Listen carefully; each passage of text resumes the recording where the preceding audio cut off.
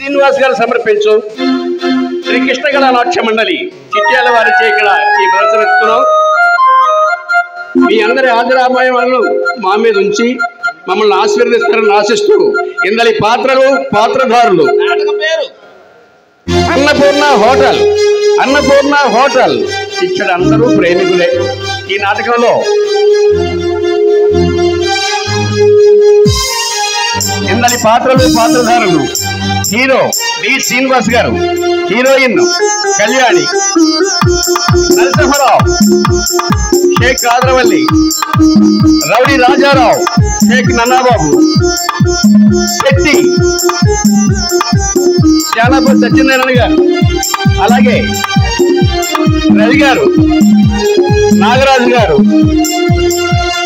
Police Punnaiah గారు, కాశీ శ్రీనివాసరావు గారు, చంటిబాబు, నాగేంద్ర గారు,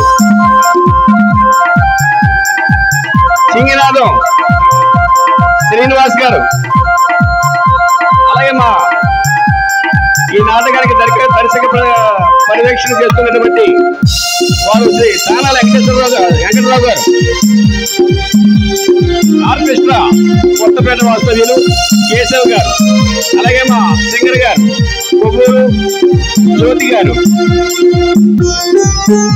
మేకప్ పోగల వెంకటేశ్వరరావు గారు, పాలకొల్లు.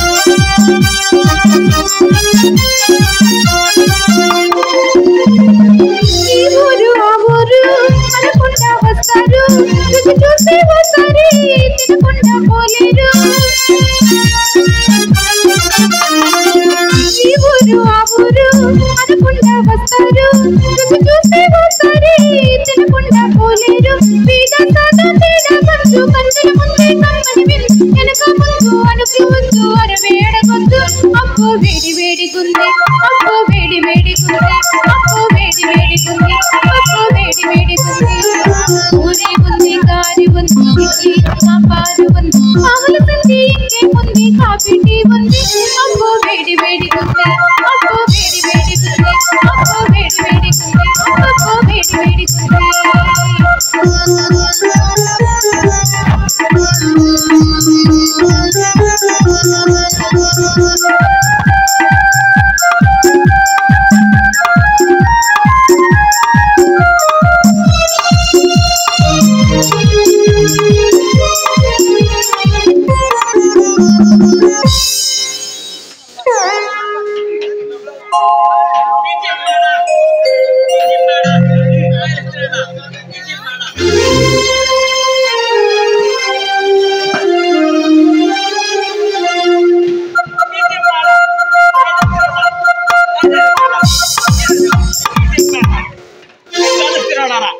మీకేం పోయేగాలు వచ్చిందిరా మాయదేస్తారని నా ఎంట పడతారు.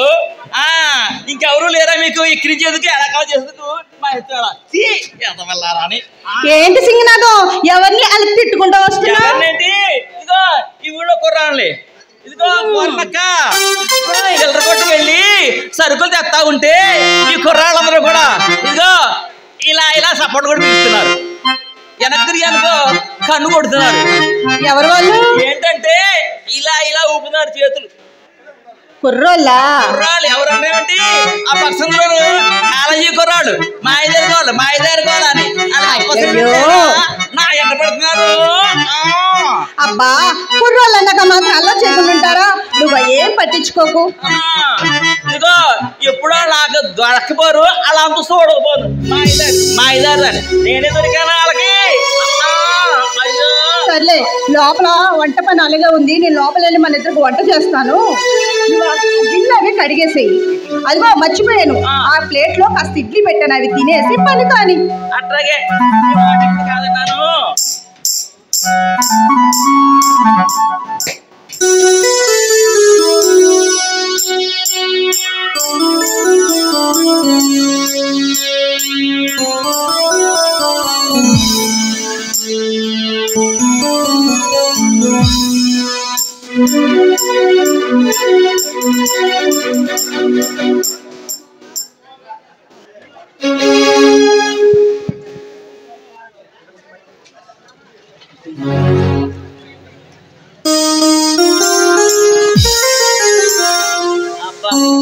ఏ జన్మలో ఏ పుణ్యం చేసుకున్నాను మా పూర్ణకి చేతి తింటున్నాను. ఇదిగో మా పూర్ణకి టిఫిన్ తినేందుకు సాక్షాత్ బ్రహ్మదేవుడే దిగి రావాలి.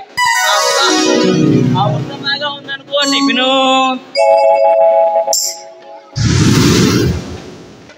ఏంటి సింగనాథం అమృతం అంటున్నావు? కాఫీ టిఫిన్ తో పాటు మీ హోటల్లో అమృతం కూడా అమ్ముతున్నారా ఏమిటి? రవిబాబు గారు రండి. ఇదిగో మా పూర్ణ చేతిలో ఏ మార్చి ఉందే గాని ఇదిగో టిఫిన్ అమృతం ఏంటి, మధురామృతం. అబ్బో అంత బాగుంటుందా ఏంటి?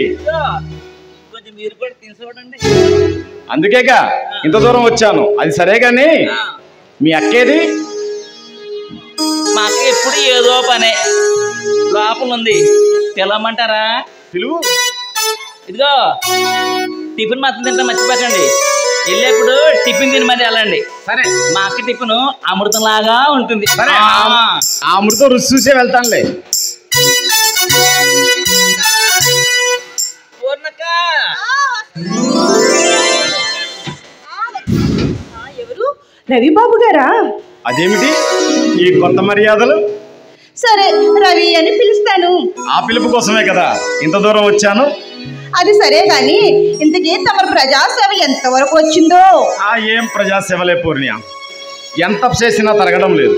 అబ్బో గాంధీ గారు అంత మహాత్ముడు అయిపోతామన్నా ఈ ప్రజాసేవ చేస్తున్నా? అంతటి మహాత్ముడు అవ్వాలంటే ఎంతో సేవ చేయాలి, కానీ వాళ్ళ అడుగుజాడలతో నడిస్తే మాత్రం చాలు. ఇలా ఎంతకాలం చేస్తావు రవి ప్రజాసేవ? ఉద్యోగం వచ్చే వరకు చేస్తాను. భార్య అయిన నరసింహారావు గారి సుపుత్రుడు అయ్యండి నీకు ఉద్యోగం చేయాల్సిన అవసరం ఏంటి? అదేమిటి పూర్ణ అలా మాట్లాడతావు? ఉద్యోగం పురుష లక్షణం అన్నారు. పెద్దలు సంపాదించిన ఆస్తిని నేను ఆశించను. అయినా మీ నాన్నగారికి చాలా పలుకుబడి ఉంది కదా, నీకు ఒక చిన్న ఉద్యోగం ఇప్పించలేరేంటి? ఇప్పించవచ్చు, కానీ ఆ పలుకుబడిని అడ్డం పెట్టుకుని ఆ రికమెండేషన్తో ఉద్యోగం చేయడం నాకు నచ్చదు. రవి, నేను చూస్తుంటే నాకు ఎంత సంతోషంగా ఉందో తెలుసా? ఎంతో ఆస్తుండి అంతస్తులుండి మంచి మనసుతో మా కష్టాల వాళ్ళ మా పేదవాళ్ళ జీవితాలతో కష్ట సుఖాలు పాలు పంచుకుంటూ మాలో ఒకడుగా ఉన్నావు చూడు, నేను చూస్తుంటే చాలా సంతోషంగా ఉంది రవి. అవును పూర్ణ, ఇదే మాట మా నాన్నగారు కూడా అని ఉంటే నేను చాలా సంతోషించేవాడిని. అంటే ఈ పని చేయడం మీ నాన్నగారికి ఇష్టం లేదా? లేదు, నా ప్రవర్తన ఆయనకు నచ్చదు. మా ఇద్దరిలో ప్రవహించేది ఒకే రక్తమైన భావాలు మాత్రం వేరు. మేమిద్దరం ఆప్యాయంగా పలకరించుకుని అనురాగం పంచుకునే అదృష్టం ఎప్పుడో మరి ఇంతవరకు లేదు. బాధపడకు రవి, ఈనాడు కా పని ఏనాటికైనా నువ్వు చేసి ఈ ప్రజాసేవంతా కూడా చాలా మంచి పనిని గొప్ప పనిని నిన్ను మెచ్చుకునే తరుణం తప్పగా వస్తుంది. నువ్వు నన్ను అర్థం చేసుకున్నంత మంచి మనస్సు ఆయనకు లేదు పూర్ణ. ఇంతకీ మీ నాన్నగారు కనిపించి చాలా రోజులైంది, ఎలా ఉన్నారు ఆయన? ఆయనకేం నిక్షేపంగా ఉన్నారు. అబ్బో, తమరేనా లేంది? నేను పైకి బాగానే కనిపిస్తాను. అంటే మనసులో ఏమన్నా బాగుంటే లేదా? మనసు అన్నది అసలు నా దగ్గర ఉంటేగా. ఏమైందో? ఒక నెరజాన దొంగిలించింది. ఆహా, ఎవరో ఆ పుణ్యాత్మురాలు. ఆ పుణ్యాత్మల విషయం చెప్పకుండా తెలుసుకుంటేనే బాగుంటుంది. సరే, తమరు చెప్పేదాకానే వెయిట్ చేస్తాను. సరే, నేను వెళ్ళొస్తాను పూర్ణ. అలాగే రవి, బాయ్.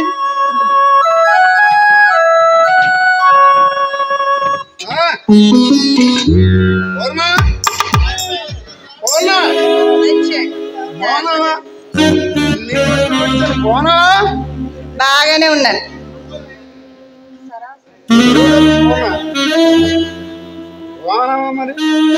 నేను బాగున్నాను. ఇలా వచ్చేయండి సరాసరి. సరాసరి నిన్ను చూడాలనే సరాసరి వచ్చింది. కొంచెం కాస్త సరాసరి అలా వెళ్ళాల్సింది. ఏట్లోకి పోయేవాడు వెళ్తే అక్కడ నీకోసం వాళ్ళకడి వెయిటింగ్ లో ఉందిలే. నా వాళ్ళగడ్లు కూడా నీకోసం ఎదురు చూస్తుంటానే సిల్క. ఛీ, నీ మొఖానికి వల్ల కట్టుకోవడానా? ఏ కుక్కలో అక్కడ పీకి చావాలి కానీ. నన్ను చూస్తేనే శరీరం వచ్చి మనసు ఎక్కే వాళ్ళని చూస్తేనే కానీ నా ఎదురుగా నిలబడి ఎంత ధైర్యంగా మాట్లాడదని అందుకే నువ్వు అంటే ప్రాణం. నువ్వు ఏమన్నా బాగుంటుందా? కోడి ఎగురు లాంటి నీ కమ్మని మాటలు ఇంకా తినిపించు. వాటితో పాటు నీ పెదవులు తినిపించు. యాదవ సచ్చునోడా, సీమా నెత్తిరా. దున్నపోతలా ఒళ్ళు పెంచుకుంటే కాదు, కాస్త కష్టపడి మనిషిలా బతకాలి. అసలు నీకు మగసిరుందా? నన్ను ఏమన్నాను బాధపడినావు, కానీ నా మగదానాన్ని మాత్రం శంకించమని. నేనంటే నీకు ఇంకా బాగా తెలవదు. ఏ రవిడే రాజారావు అంటే ఈ ఊరికే మొగటం లేని మహారాజు. ఏ రాజా శాసనం చేసాడనుక తెల్లరేపటికి ఊళ్ళో వాళ్ళంతా పన్నులు కట్టినట్టు కాసులు తెచ్చిన కాలం పెట్టాలా. కానీ నీ ముఖం చూస్తుంటే నా యాల్ది నా సర్వస్వం నీ కాళ్ళ ముందు పెట్టి నా యాల్ది నీ గుండెల్లో కారం పెట్టాలనిపిస్తుందా? మీరు ఎవరి రౌడీ చచ్చినోడా? నీ మొఖానికి మనసు కూడానా?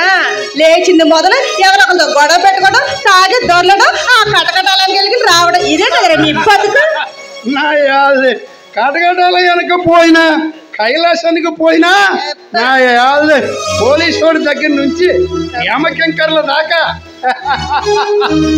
ఏ కోరమేశ్వరానికి వంగి సలం చేయవలసిందేనే పిచ్చి మొహమా. వాళ్ళంతా కూడా నీకు వెదవలై ఉంటారులే. నా యాది అసలు ఈ లోకంలో సరైన మొగాడు కంటే పూర్ణ ఈ అదవలే ఎక్కువ మంది ఉన్నారా. రోజంతా కష్టపడ్డా కడుపు నిండా తినలేని ఎదవలో నిండా డబ్బు మూలుగుతున్నా పచ్చడి మెతుకులతో కడుపులు నింపుకునే యాదవలో ప్రజలకు ఇచ్చిన మాట నట్టేట కలిపి పదవుల్లో కులికే యాదవలో కాలేజీ చదువులు చదివిన కనీసం జ్ఞానమైనా లేకుండా కన్ని పిల్లల జీవితాలతో ఆడుకునే కుర్ర యాదవలో కట్టుకున్న దాని చేతిలో కీలు బొమ్మలా తయారయ్యి అడ్డగాడిదల్లాగా తలలు ఊపే ఆడంగి యాదవలో ప్రమోషన్ల కోసం పై ఆఫీసర్ల కాళ్ళు పట్టుకొని నక్క వినయాలు ప్రదర్శించే చిత్తులు మారి యాదవలో కానీ పెంచి చదివించిన కన్నోళ్ళకి వెతుకులు పెట్టలేని యాదవలో ఎవడో ఈ లోకంలో యాదవ్ గానిది పిచ్చి మోకమా ఆయన పచ్చగాలో లోకం అంతా పచ్చగా కనపడుతుందని నీలాంటి యాదవులకి అంత యాదవుల్లానే కనపడతారులే. ఒక్కసారి నీకు నా యాద నేను యాదవను రసిక మహారాజును నీకే తెలుస్తుందా? ఇలాంటి పిచ్చి కళలు కనమాక. పిచ్చి కళలు పేడ కళలు నా దరిదాపుకి రావటాకే భయపడతాయి. పిచ్చిదాన్న ఏ రాజు కావాలనుకున్న దాన్ని ఏది వదలలేదు. బాగా ఆలోచించుకొని ఏ రాజాని నీ రజగా చేసుకో. ఇక పోనా ఈ ఓటంలో నిన్ను కంటికి రెపలా చూసుకుంటాను, నిన్ను నా దేవతలా ఏలుకుంటాను. ఊరి చివర వాళ్ళకడ నెల్లి దాన్నేళ్ళకు తాగుపోతాడా? ఏ సమయంలో నాతో పరిష్కల్లాడు మరి బాగా ఆలోచించుకొని రెడీగా ఉండు. నీ మెల్ల పసి తడి కట్టేస్తాను. పెళ్ళనగానే సిగ్గేసి ఉంది.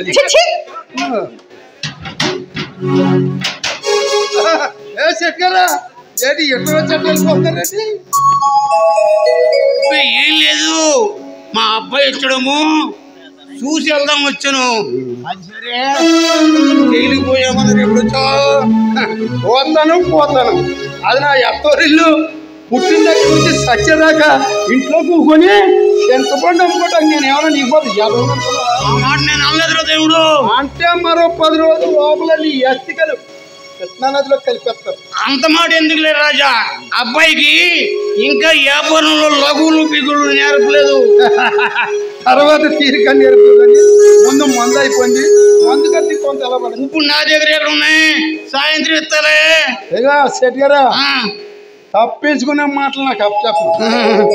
మర్యాదగా ఇచ్చానుకో మంచిగా వెళ్ళిపోతాను. లేదనుకో నా యాది గోసి పెట్టుకుని మీ ఇంటికి నువ్వు పరిగెట్టవలసి ఉంటుంది. అంత మాట ఎందుకు లేదు రాజా, ఇందా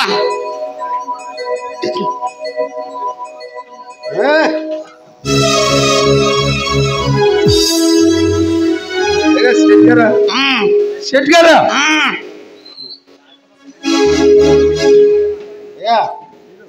మీ జేబు ఎప్పుడు ఇలా నిండుగా ఉండాలి. నాకు వచ్చినప్పుడల్లా మీరు జబ్బు